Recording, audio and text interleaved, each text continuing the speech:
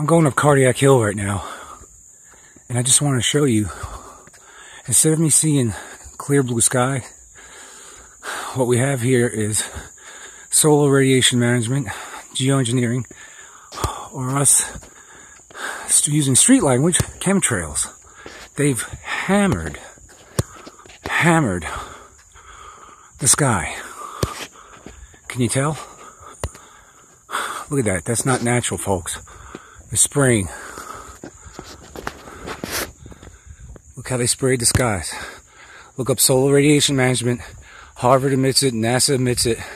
The military calls it owning the weather by 2025.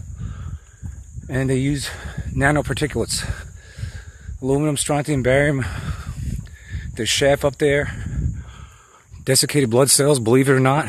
And God knows what else they put in there. They might even put Con Job 1984 in there to make you get the symptoms of it, so they can get their numbers. It's unbelievable, man. Look at that. Do you see that?